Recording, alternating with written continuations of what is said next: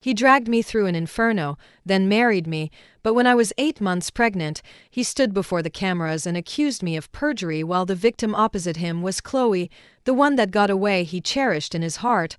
Our child was gone. The truth became a mockery. The arsonist, me the perjurer, and him his means of atonement. In this game played under the guise of love, who was the real prey? I struggled to open my eyes and saw Marcus sitting on the sofa, gazing absently at Chloe's show. Her office had bohemian decor, identical to the one Marcus had made me work late designing. Yes, everything Mr. Marcus said in the interview is true, but I've already forgiven him.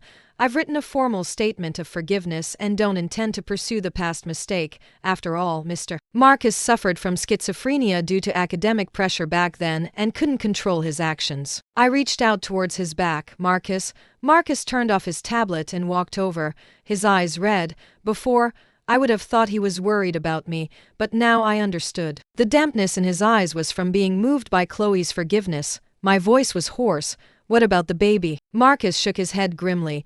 The doctor said your body couldn't withstand the trauma of childbirth. To save your life, they had to terminate the pregnancy. But I distinctly heard Chloe whispering by my bedside.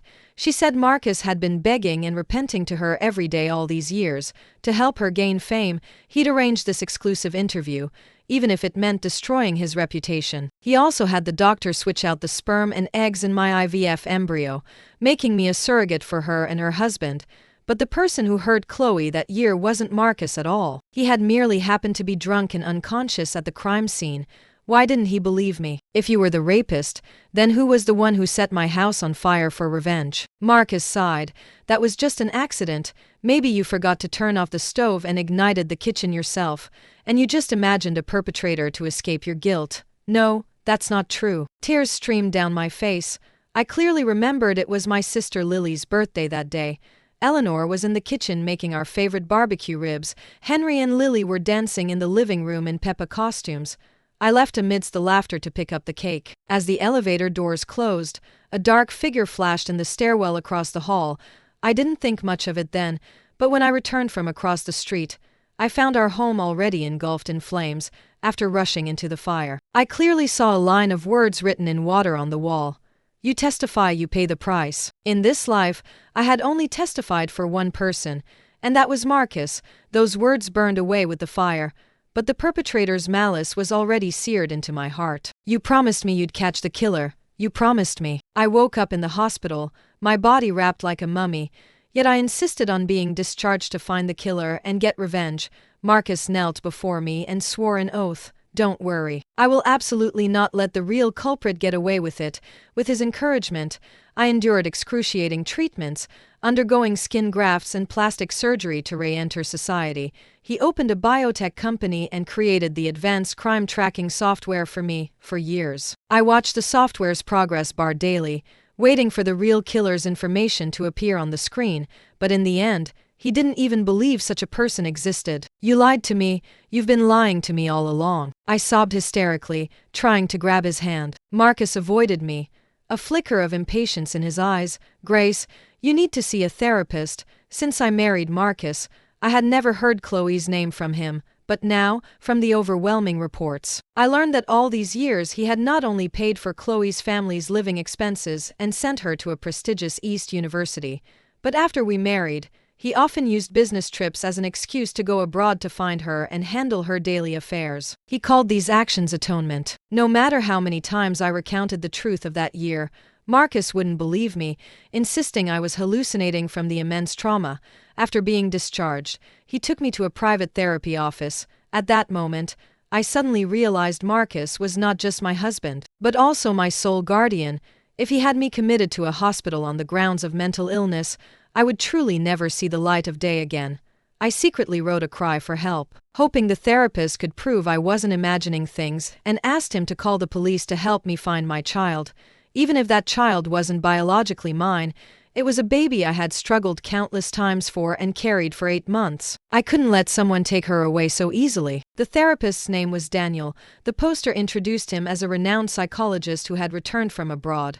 I nervously entered the office. After closed the door, I slowly reached into my pocket and clutched the edge of the letter. Suddenly, I saw a wedding photo on the cabinet. The groom was none other than Daniel, the therapist sitting behind the desk, and the bride was Chloe.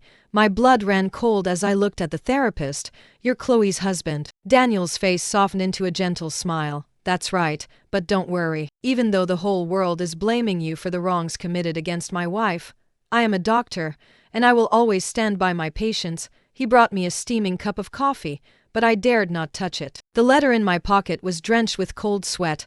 I struggled to crumble it, my fingers tense, almost cramping. Seeing my lack of cooperation, Daniel didn't mind. He picked up his tablet and began to ask questions. "So did you clearly see the rapist's face that year?" "No." "Then how can you be sure Marcus is innocent?" "Because when I found him, he was still sound asleep in the hallway. I personally saw the rapist, dressed in a black smock, jump out the window and flee Chloe's room, but at that moment, I dared not reveal a single truth, only saying, 'I believe him.'" Daniel sighed, his eyes full of pity. "You are truly pitiful, what? Actually, your husband, Marcus, was once my patient, until my wife forgave him and became his friend. You love him so much, but not only does he not love you, he doesn't even have a shred of gratitude." A chill ran down my spine. "I don't understand what you're trying to say." He turned his tablet to show me footage of his hypnotherapy sessions with Marcus. In the video, Daniel asked, "Since you were unconscious at the time and don't remember anything, why do you insist that you were the one who harmed Chloe?" Marcus, in his sleep, answered painfully, "Because I liked her. I thought of her even in my dreams." My breathing hitched. When did this begin? Chloe only transferred to our school to repeat her senior year, could have fallen in love with her from the moment they first met. Then why did you marry Grace? Was it out of gratitude or pity? A struggle and hatred slowly surfaced on Marcus's face. I'd rather she had told the truth back then and sent me to jail than live in this never-ending guilt. In agony day and night, she dragged me into this abyss. I married her to punish her, and to punish myself. Fake. A stabbing pain tore through my stomach. The pain, like the fire in my memory, burned through my entire body again. I fell to the floor, having a seizure from the intense shock, my body convulsing, when rushed in and touched me. I couldn't help but vomit all over him. "Grace, that's enough." Marcus yanked open the curtains, letting the sunlight pierce me like daggers. "It was just losing the baby. How long are you going to be so pathetic? The child is gone, and you're not physically suited for childbirth anyway. Are you going to lie in bed your whole life and escape reality?" I had heard similar words for many years, no matter how harsh his words were before. I always thought he was doing it for my own good, but now I understood. This was just punishment. He was punishing me for Chloe. "Today is your mentor's design exhibition. She's been asking about you. You should attend no matter what." Marcus pulled me up without explanation, haphazardly put some clothes on me, and without even bothering to comb my hair, he pushed me in a wheelchair to the art gallery. I hadn't eaten for days and could barely walk. My reflection in the glass wall looked like a ghost as we passed. Bystanders at the exhibition were pointing and whispering about me. "Isn't that Mrs. Marcus, who committed perjury for her husband?" She finally dared to show her face. Mr. Marcus at least made his big mistake because of schizophrenia and later showed remorse. But her, she hasn't shown an ounce of regret, still playing the victim and feigning weakness. Maybe she's just getting jealous because Mr. Marcus is so good to Ms. Chloe? Not necessarily. Look how unkempt she is. She might have gone crazy. I numbly lowered my head, unwilling to argue. Even thought I was crazy. Who would believe me now? Just then, a group of people slowly approached. Illuminated by flashing cameras, the crowd instinctively parted, leaving only Marcus and me standing in the middle of the aisle. I looked up and saw my mentor and Chloe walking toward us. Chloe's smile was bright and captivating, her every gesture exuding elegance and confidence. My mentor's eyes were filled with admiration, as if she already regarded Chloe as a kindred spirit despite the age difference. Once, my mentor had affirmed my talent, cared for me like a loving mother, encouraged me, and led me into the world of architectural design. My eyes welled up. I was about to ask her for help, but then I saw my mentor turn to look at me, and the warmth in her eyes instantly faded, replaced by unveiled disappointment and disgust. Before numerous reporters and younger colleagues, she coldly chastised me. "Character is paramount. Talent without integrity is dangerous. You lack the most basic sense of guilt and decency. You no longer have the right to stand in this industry." I felt as if I had stepped into thin air, plunging into an abyss. Chloe smiled and linked arms with my mentor. Dean, there's no need to get upset. You'll hurt yourself. I believe Grace is here to apologize to me this time. Cameras were aimed directly at my face, and all eyes in the room were burning into me. In a daze, I felt Marcus lean down and urge me in my ear, "Go on, you should have sincerely apologized to her a long time ago." Apologize? Why? Even if others didn't believe me. Chloe was the one who knew what happened in that incident, when I bravely chased the rapist that year. I had a brief eye contact with her, disheveled as she was. She was clearly conscious then, even if she had forgotten the rapist's face. She at least knew that person was definitely not Marcus. She knew I had never lied, so why was she forcing me to apologize? Suddenly, Marcus pushed my wheelchair from behind. I was caught off guard, stumbled forward, and fell to my knees at Chloe's feet. Flashbulbs assaulted me like a barrage. Someone pretended to trip and splashed half a cup of milk tea on my head. Oops, who pushed me? The person feigned a clumsy chuckle. Sour-smelling tea and sticky pearls clung to my hair and face. No one helped me up. No one offered me a tissue. I was like a prisoner who had narrowly escaped jail, being paraded through the streets for public humiliation.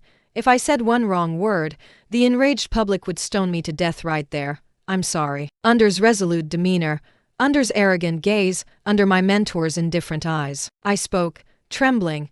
I couldn't be seen as crazy, nor could I become a criminal hounded by the public.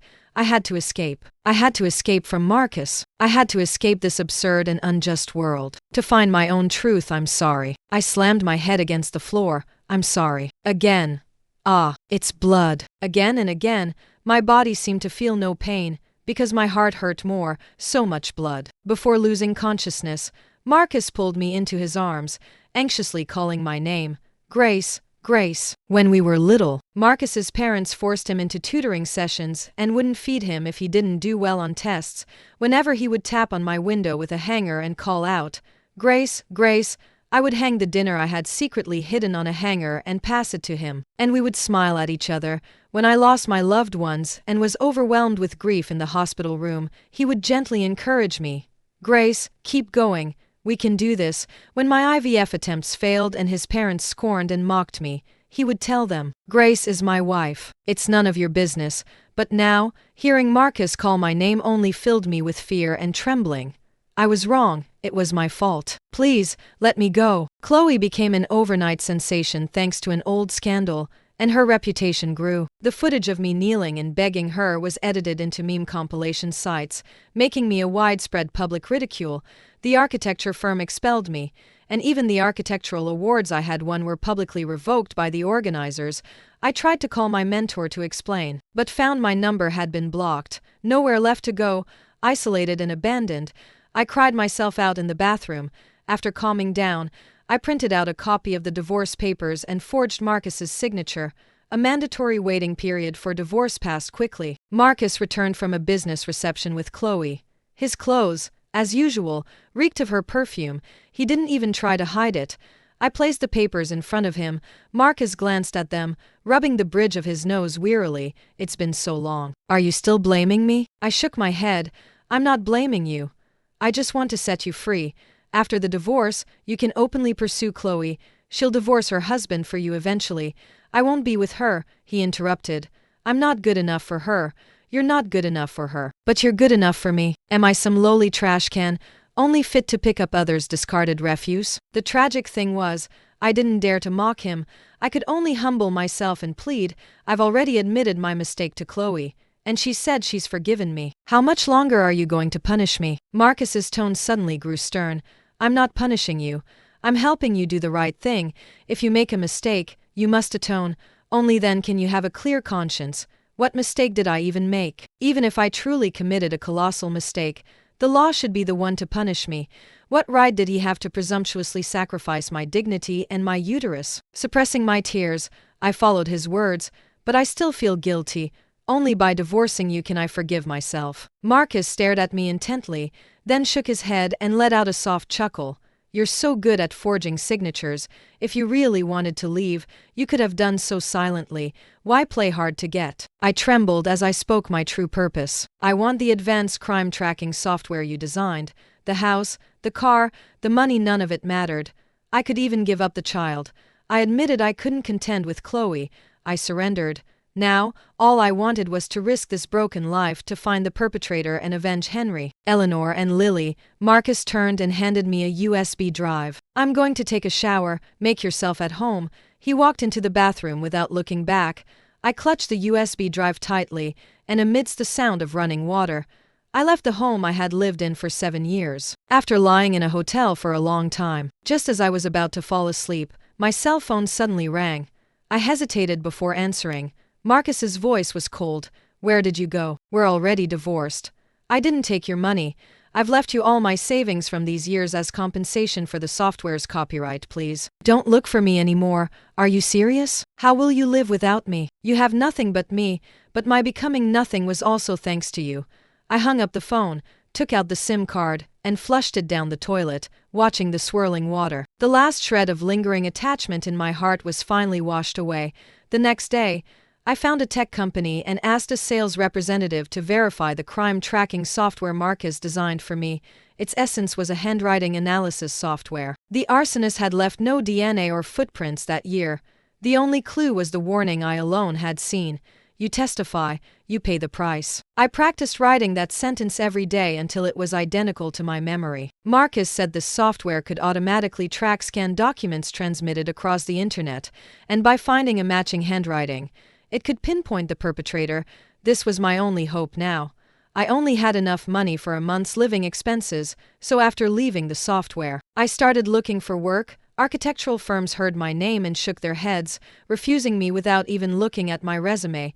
Renovation companies checked my background and also blacklisted me, eyeing me strangely. My body couldn't handle manual labor, and I couldn't even manage simple jobs like washing dishes or handing out flyers. Finally, I could only apply for a clerk position at a print shop. The probationary salary was only 2,000 yuans, barely enough to get by. In the morning, I was designing signage for a customer when a scent of woody musk suddenly wafted to me. I had a bad feeling.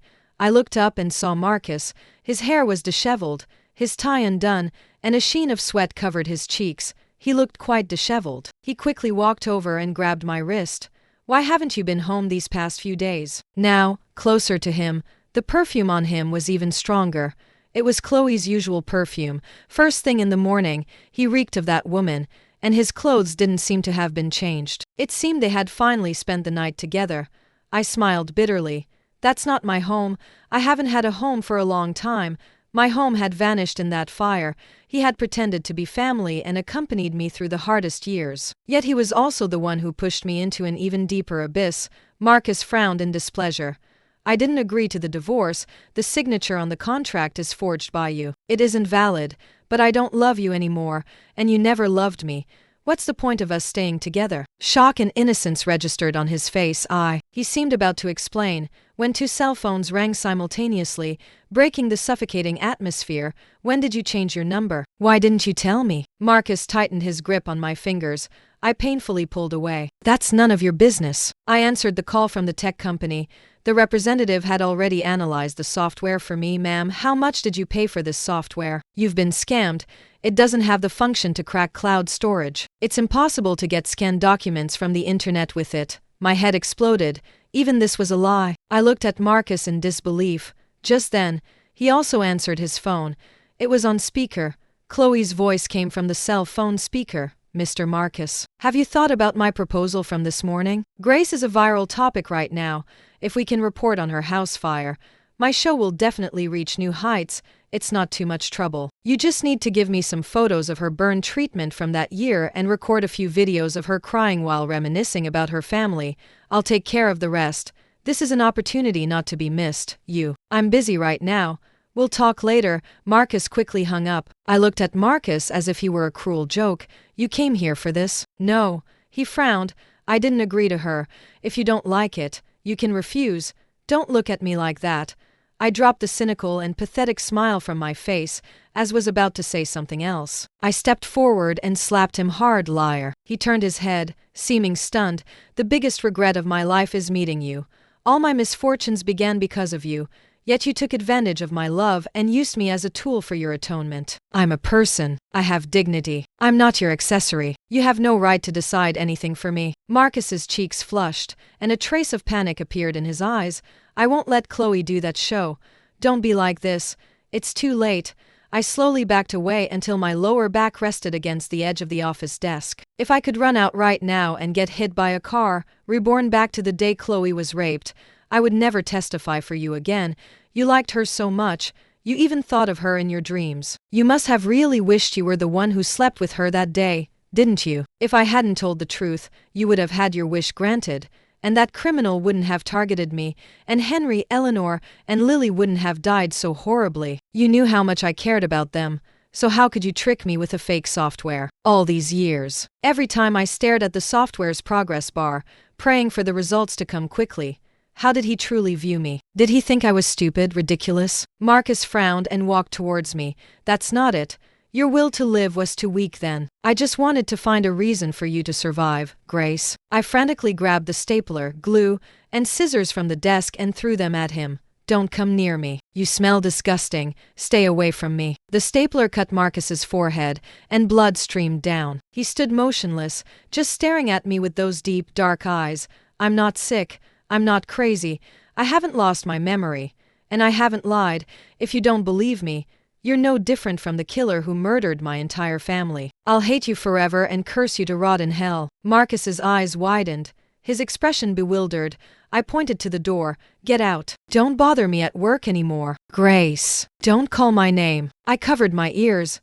It makes me sick. Marcus seemed to have taken a heavy blow, stunned for a long while before shakily leaving the print shop. Over the next few days, reporters occasionally rushed into the shop to interview me. Nosy netizens found out my address and came to the print shop door to post mock funeral photos of me and lay memorial candles and white roses. After realizing what was happening, the boss subtly asked me to leave. I returned to the hotel, saw my dwindling balance, and packed my bags to check out.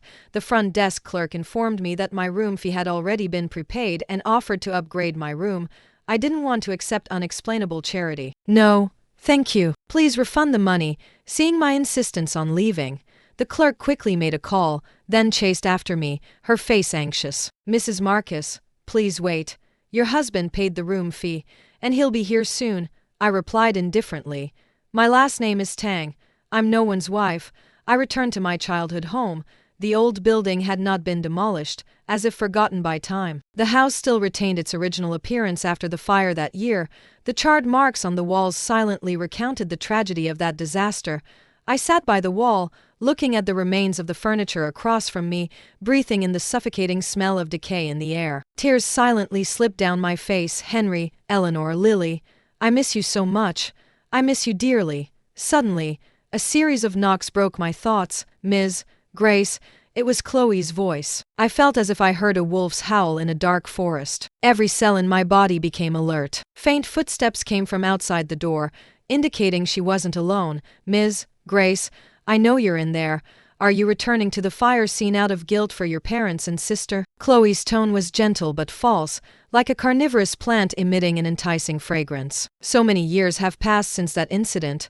No one could have predicted that forgetting to turn off the stove would lead to such tragic consequences. If your departed loved ones were still alive, they wouldn't want you to live forever in shadow and self-blame. Every word she spoke suggested she was thinking of me. But I was shaking with rage. Why did they insist on pinning the blame on me? Why did they challenge my boundaries again and again? I had backed down again and again. Wasn't that enough? Bang.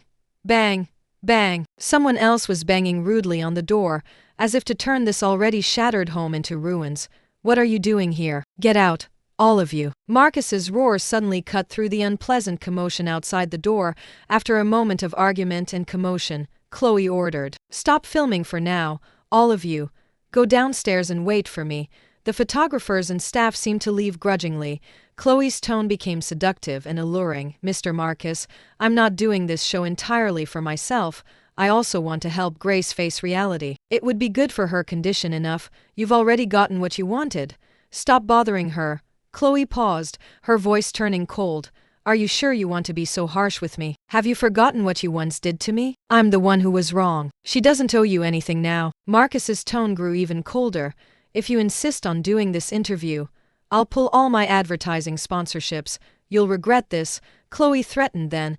The sound of high heels gradually faded away. The area outside the door was silent for a moment. Marcus sighed. "Grace, it's over. "Come out." I pushed open the dilapidated door. Marcus looked me up and down, his eyes filled with concern. "Are you okay?" My body still kept trembling, looking at his expression, as if I were a rare animal. A chill ran down my spine. "Were you two just putting on a charade? One playing the good cop, the other the bad cop, just to trick me into going on the show?" Marcus stiffened, then his expression saddened.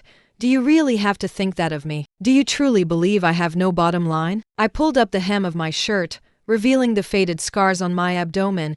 "When you transferred Chloe and her husband's embryo into my uterus, and then simply gave away the child I risked my life to give birth to, did you think about a person's bottom line? How could you?" Marcus seemed shocked that I knew this, his expression taken completely by surprise.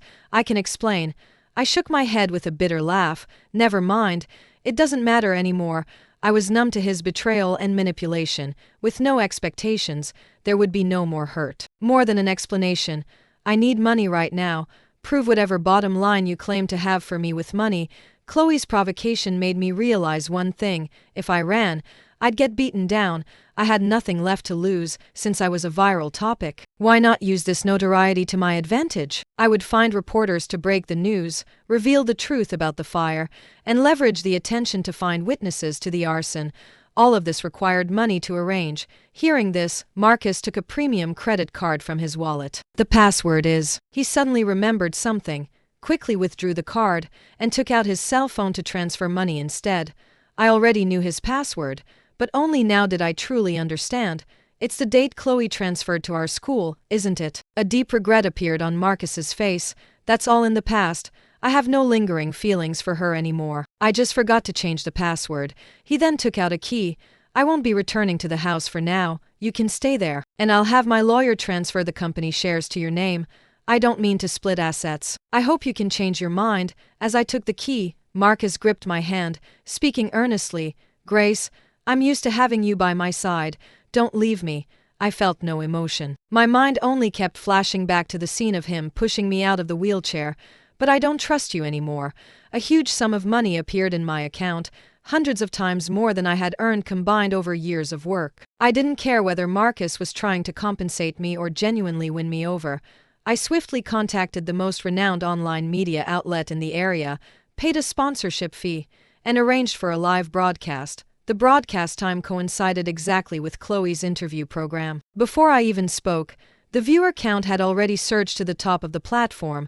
Chloe had put so much effort into drawing viewers, but compared to my notorious popularity, she couldn't hold a candle to it. Watching the overwhelming curses in the comments, I didn't panic. Instead, I felt a sense of conviction. "My name is Grace." I introduced myself confidently, then held up a hand-drawn family portrait towards the camera. I told the netizens about my family. My and Eleanor worked in a factory, and my sister Lily had just started 3rd grade. Although we weren't wealthy, our family was filled with laughter every day. I once had the best family in the world, but a fire destroyed it all. It wasn't an accident. It was blatant murder. I know many people are spreading rumors and slandering me now. I can't change others' malicious intentions towards me. I just want to formally issue a reward.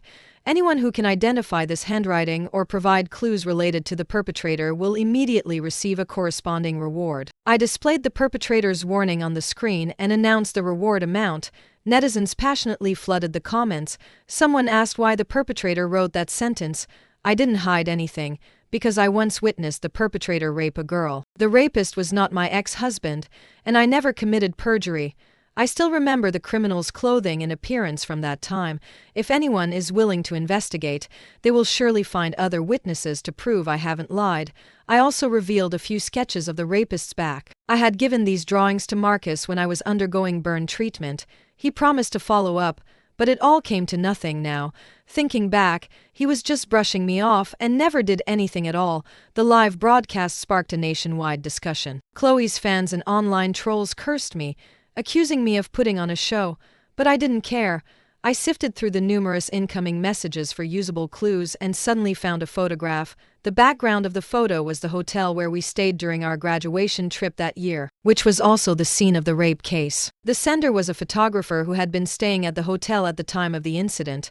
After seeing my live broadcast, he dug out old photos and found a figure identical to the one in my drawings. The photographer arranged to meet me to exchange the rapist's front face photo for the reward money. I agreed. As soon as I arrived at the meeting location, my cell phone rang. I thought it was the photographer calling and quickly answered, but it was Marcus's voice. "Grace, I'm sorry." Annoyance welled up inside me. "I don't have time to listen to your confessions right now. Don't hang up yet. Listen to me. I've finished the advanced crime tracking software. I'm not lying to you this time. I really found an identical handwriting. It's Daniel." The therapist's face flashed before my eyes. Chloe's husband, Daniel. Daniel is no psychology expert at all, nor did he ever study abroad. He's a petty criminal with a record. He used to be Chloe's neighbor. They've known each other for ages. Just as I stood there in shock, a car suddenly pulled up behind me through the reflection in the signage ahead. I saw the person in the driver's seat. Instantly, all my alarms went off, and I bolted towards the sidewalk. Daniel, ignoring everything, drove straight onto the sidewalk, heading directly for me. A roaring sound jolted me awake. I dodged the car's impact, but Daniel caught me and tied me up in his trunk. It was pitch black, and my body ached all over. The car seemed to have stopped. Faint smells of gasoline and gunpowder drifted in from outside. Suddenly, the trunk lid was forcefully lifted from the outside. I gritted my teeth, refusing to back down, wanting only to take Daniel down with me. But the next second, Marcus's face appeared in my vision along with the light. His forehead was streaked with blood, and his suit was covered in dust. "As if H just been in a fight, Grace," Marcus exclaimed, his eyes full of pain, as he lifted me out of the trunk. It wasn't until my feet touched the ground that I realized I was on a remote mountain road. Marcus said he had been nearby when he called me. He watched as Daniel abducted me, then chased after him all the way here, ramming his car to stop him. Hearing this, I questioned him. "Are you out of your mind? Why didn't you call the police first?" Marcus froze for a moment, a hint of awkwardness on his face. "I was too desperate at the time, I forgot." I walked to the front of the car, intending to check on Daniel, only to see the car door open and the driver's seat empty. Turning back, I saw Daniel, holding a rock, appear like a ghost behind Marcus. "Look out!" I shouted. Marcus quickly moved aside. The rock didn't hit the back of his head, but his shoulder was struck hard. I pulled out the pepper spray from my pocket, which I hadn't had a chance to use earlier, and sprayed it directly into Daniel's face. Daniel clutched his eyes, screaming in pain. Marcus seized the opportunity, punched him in the temple, knocking him to the ground, and then repeatedly kicked him in the abdomen. Daniel's cell phone rolled out of his pocket. The screen lit up, showing an incoming call from Chloe. I answered the call. "Did you take care of her?" Chloe asked anxiously in that instant. I understood. Chloe had orchestrated Daniel to kidnap me. No, not kidnap. It was murder to silence me. I thought back to everything that had happened at the hotel that year. That day, I found Marcus unconscious in the hallway. I heard moans and groans from the room next door. And as I got closer, I realized the door wasn't locked. I pushed the door open and saw a man in a hoodie on top of Chloe. It was Daniel. Chloe was naked and screamed when she saw me. Daniel jumped out the window and fled. I chased after him. When I returned, everyone had already caught Marcus, claiming he had raped Chloe. Chloe tearfully claimed she hadn't clearly seen who did it. Why would she lie? Maybe it wasn't rape at all. Maybe and Daniel were mutually in love and secretly involved behind their parents' backs. She didn't want anyone to know she'd slept with a petty criminal, so she falsely claimed she'd been raped. I finally understood why Chloe hated me so much. "You made Daniel burn down my house," I said, gritting my teeth, each word laced with venom. On the other end of the phone, Chloe gasped. "Daniel has confessed everything. Don't think he'll cover for you. He'll take you down with him, even if it means dying." Daniel was beaten beyond recognition, lying motionless in a pool of blood. Chloe, unaware of his condition, simply thought everything had been exposed. She let out a hysterical scream, then began to rage. "You were the one who interfered first. If it weren't for you, I wouldn't have lied about being raped. My parents wouldn't have fought and divorced over this, and I wouldn't have had to be sent abroad. You destroyed my home, and I'll make sure you taste what it's like to lose everything." Finally, all the truth was revealed. Hot tears streamed down my cheeks. Marcus had returned to my side by then and had also heard Chloe's words. He knelt before me, devastated, and slammed his forehead hard against the ground. Daniel and Chloe were both imprisoned. The photographer released photos of Daniel taken at the hotel that year.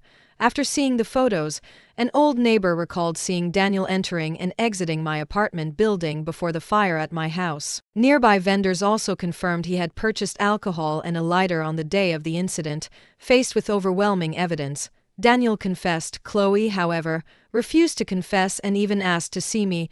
I went to the detention facility and saw Chloe, dressed in a prison uniform. Her hair cut short, she had lost a lot of weight, her skin was sallow, and half her hair had turned white.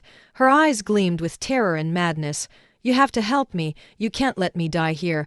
Don't forget you have a daughter. As long as you testify that Daniel framed me, I'll give your daughter back to you." My heart was already calm. I gazed at her like an ant struggling in water. "Marcus pleaded guilty." Chloe froze. "What do you mean? The child I was carrying wasn't yours and Daniel's.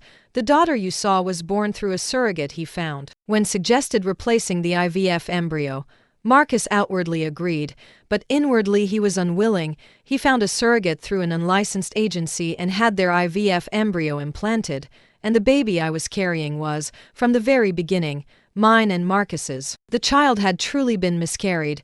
It would never come back. When confessed this to me, he fully expected to gain my forgiveness, but surrogacy was illegal, and by doing that, he was harming and exploiting another innocent woman. Marcus finally understood what he had done wrong and chose to plead guilty. He wrote a letter of repentance, confessing his misdeeds to the public. To avoid impacting the company's operations, he transferred all his shares to his partners, and the enormous funds he cashed out were all transferred to my name. Even so, he still refused to acknowledge the divorce papers. He said he would wait until the day I forgave him. Chloe still refused to plead guilty, pushing all the blame onto Daniel, insisting she had been raped and forced by him. In the courtroom, Daniel finally broke down upon seeing Chloe's cold-blooded facade and provided the prosecutor with recordings of every time Chloe had incited him to murder. Chloe, terrified, lost control of her bladder from fear right there in court, collapsing onto the floor without any dignity. Her parents were utterly disappointed and publicly declared to reporters that they were disowning her. With my authorization, the entire trial was live-streamed. Chloe finally exploded into a viral topic, becoming virally infamous across the internet. But she would never again experience the thrill of fame. Instead, she would go down in history as a disgrace, a convicted felon awaiting execution. When the final verdict was announced, there was thunderous applause throughout the courtroom. I silently let out a breath. Even if Chloe died 1,000 times over, it wouldn't make up for the harm she had caused me. But I finally got the justice I sought. I went to the cemetery and brought flowers and cake for Henry, Eleanor, and Lily. They never got to eat the cake I bought for them back then, but now they could finally enjoy it. Along with the good news that the real culprits had been brought to justice, I sat before their gravestones for an entire afternoon. The sky suddenly began to drizzle. Marcus appeared behind me, holding an umbrella. "Don't waste your effort. I told you. I won't trust you anymore." Marcus wasn't deterred. He still walked right beside me, tilting the umbrella entirely over me, letting himself get soaked by the rain. "It's okay. You don't have to trust me. Just get used to me." Slowly, he became my shadow. Day after day, year after year, he steadfastly accompanied me through every detail of my life. On the day Chloe and Daniel were executed, the demolition plan for my childhood home was announced. Marcus was very anxious. "I'll go ask my friends to help change the plan." No need. Those old neighbors had been waiting for so many years. I didn't want to shatter their hopes of moving into new homes. The government planned to build a new high-speed rail station on the site. I acquired an architecture firm and participated in the bidding with my designs. On the day the bidding results were announced, my mentor sent a bouquet of flowers to my studio. The card read, "Congratulations, you have surpassed your mentor." My mentor had also participated in the bidding, but in the end, I won the glory and dignity I had once lost. I finally found them again, little by little, on my own. I never inquired about Chloe's child's whereabouts, nor did I have any plans to adopt another child. I dedicated the rest of my life to my career, teaching many students, and had a vast number of successful students. I pleaded with Marcus countless times to find someone else. I didn't want to be another one of his means of atonement, but he still refused to give up, never dated other women, and outwardly continued to refer to himself as my husband. As the years gradually passed, the time he spent pursuing me finally surpassed the time I spent hating him. I built a house by the lake, and Marcus bought the adjacent land, building a house right next to mine. In the evening, after finishing work, I smelled a rich, savory aroma drifting in from outside my window. I walked onto the balcony and saw Marcus on the neighboring balcony, cooking a pot of soup on a small stove. He looked up and smiled at me. "Grace, are you hungry?" As I looked at the gray hairs at his temples, it felt as though I was transported back to my childhood, to the days of tapping on the window with a hanger. Perhaps I would never forgive him in this life, perhaps I would never trust him, not even an ounce, until the day I die, but what harm was there in a brief reunion? In the limited time we had left, bring it over, I heard myself say softly.